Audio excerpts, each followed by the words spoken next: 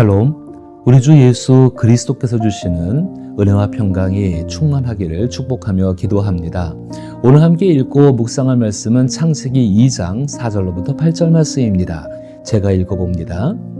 이것이 천지가 창조될 때에 하늘과 땅의 내력이니 여호와 하나님이 땅과 하늘을 만드시던 날에 여호와 하나님이 땅에 비를 내리지 아니하셨고 땅을 갈 사람도 없었으므로 들에는 초목이 아직 없었고 밭에는 채소가 나지 아니하였으며 안개만 땅에서 올라와 온 지면을 적셨더라. 여호와 하나님이 땅의 흙으로 사람을 지으시고 생기를 그 코에 불어 넣으시니 사람이 생명이 되니라. 여호와 하나님이 동방의 에덴의 동산을 창설하시고 그 지으신 사람을 거기 두시니라. 아멘. 창세기 2장 4절부터 25절까지는 창조에 대한 두 번째 이야기입니다. 이 두 번째 이야기는 첫 번째 이야기에서 언급된 창조 세계 속에 하나님께서 에덴 동산을 만드시고 그 동산에 사람을 두신 이야기입니다. 또한 에덴 동산을 둘러싸고 있는 강에 대한 이야기와 창조된 남자와 여자의 이야기, 그리고 그들의 결합에 대해서도 다루고 있습니다.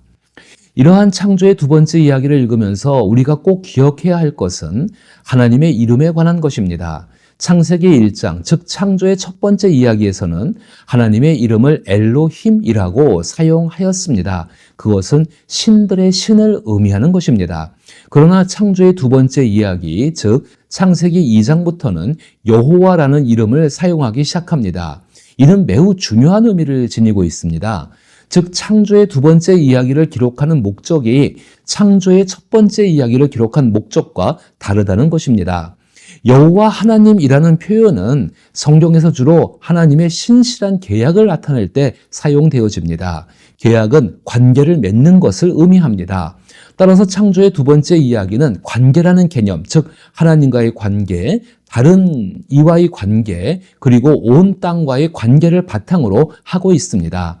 그러므로 창조의 두 번째 이야기로부터 시작되는 창세기 2장부터 11장까지의 내용을 하나님과의 관계, 다른 이와의 관계, 또 온 땅과의 관계 속에서 이해해야 합니다. 그리고 그 배후에는 그 관계를 온전하게 하시며 기뻐하시는 하나님이 언제나 계시다는 것을 기억해야 합니다. 오늘 읽은 창세기 2장 4절부터 8절에서는 하나님의 능동적인 활동이 드러납니다. 이 활동은 인간을 위한 것입니다. 구체적으로 살펴보면 여호와 하나님께서 땅에 비를 내리지 않으셨고 땅을 갈 사람이 없었기 때문에 들에는 초목이 아직 없었고 밭에는 채소가 나지 않았다고 말합니다.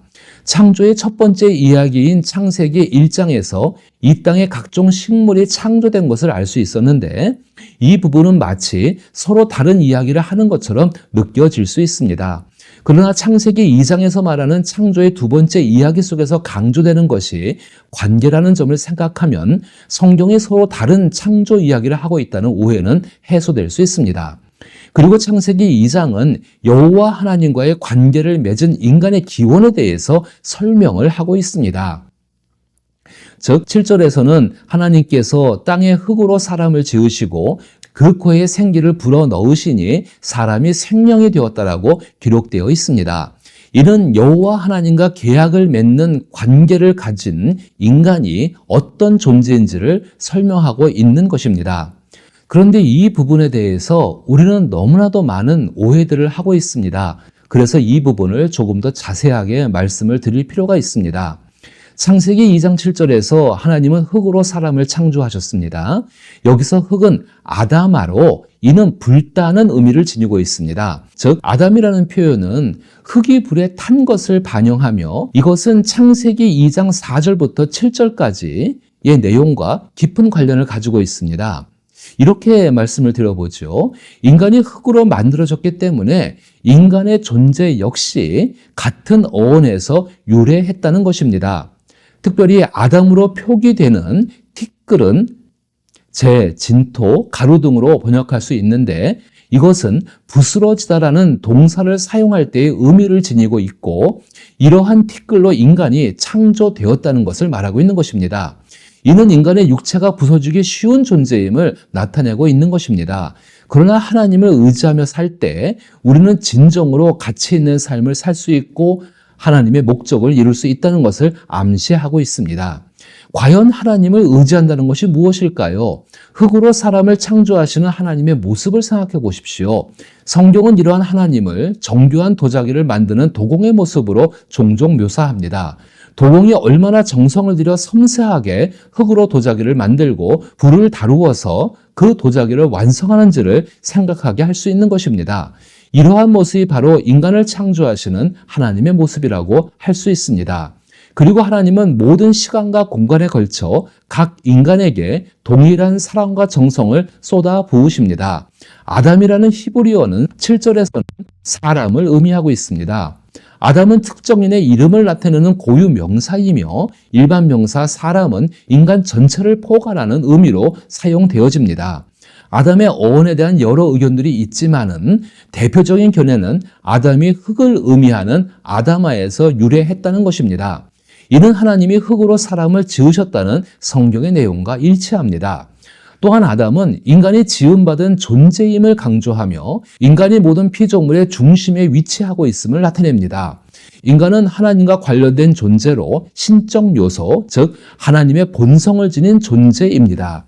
동시에 육체의 본성을 지닌 존재이기도 합니다. 따라서 육체의 정욕을 따라 살게 되면 짐승으로 타락할 수밖에 없음도 이미 암시하고 있는 것입니다.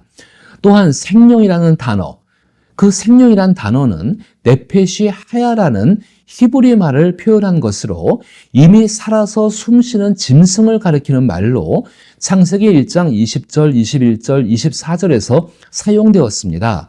따라서 네페시 하야는 육체와 마음, 영혼을 가진 독특한 표현이라고 할 수 없습니다. 그러나 한글 성경에서는 이 단어를 일반 짐승을 가리킬 때 생물로 번역한 반면 사람을 가리킬 때는 생명으로 번역했습니다. 이러한 차이는 원어의 작구의 차이가 아니라 문맥의 차이를 반영하여 번역함으로써 발생한 것입니다. 즉 하나님께서 짐승들을 말씀을 통해 육체와 생명을 동시에 창조하신 반면 특별히 인간은 그 육체를 흙으로 지으시고 생명은 하나님께서 친히 그 코에 불어 넣으심으로써 존재하게 하셨다는 것입니다. 이러한 점에서 독특한 방법으로 창조된 인간은 살아 숨쉰다는 의미에서 네페시 하야인 다른 동물과 차이가 없지만 하나님의 특별한 사랑과 특별한 능력으로 그 형상에 따라 지음을 받았다는 점에서 하나님의 독특한 창조성을 생명으로 표현하고 있는 것입니다. 그러므로 생명이란 단어는 창조 때 삼위일체 하나님이신 성령께서 인간 안에 들어오셨다는 것을 결코 의미하지 않습니다. 창조의 두 번째 이야기를 통해 우리가 알 수 있는 것은 우리는 하나님의 수음으로 가득 차 있는 존재라는 것입니다. 이는 우리가 저마다 하나님의 형상대로 지어진 것이 하나님의 수음 덕분이라는 것을 나타내고 있습니다. 물론 하나님은 헤아릴 수 없을 정도로 우리를 능가하는 분이십니다. 또한 무한히 창조적이고 독창적이며 슬기로운 분이십니다.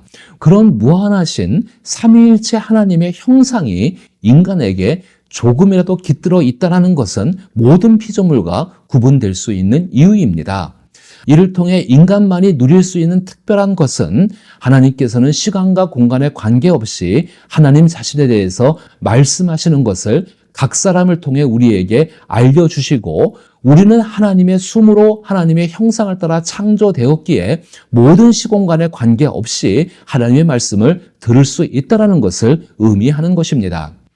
또한 오늘 본문에서 한 가지 사실을 더 보여주고 있는 것은 하나님은 자신의 형상대로 창조하신 인간을 에덴 동산이라는 특별한 장소에 두셨다는 것입니다. 창세기 2장 8절에서 여호와 하나님이 동방의 에덴의 동산을 창설하시고 그 지으신 사람을 거기 두셨다라고 말하고 있습니다. 다음 주에도 살펴보겠지만은 하나님께서는 창조하신 세계 가운데 특별히 구분한 창설된 에덴 동산에서 아담을 돌보십니다. 그것을 우리는 양육이라고도 부를 수 있습니다. 아담의 부족한 것을 채우시고 아담의 능력을 향상시키시고 그가 사랑을 통하여서 삼위일체 하나님이 누리시는 안정감을 누릴 수 있도록 이끄시고 계신 것입니다. 이처럼 에덴 동산은 하나님의 형상을 따라 창조된 인간이 하나님의 양육을 받으며 성장하고 계약의 신이신 여호와 하나님과 교제하는 장소였습니다. 하나님은 아담을 에덴 동산에 두심으로 말미암아 아담을 하나님의 형상을 닮은 아담이 되게 하신 것입니다. 그와 같은 의미에서 에덴 동산은 사라져도 맺으신 계약을 이끌어 가시는 하나님은 여전히 지금도 그리고 앞으로도 동일하십니다. 이것을 기억하면 그리스도인들은 그리스도 예수 안에서 세움을 받았다는 말이 어떤 의미인지를 이해할 수가 있습니다.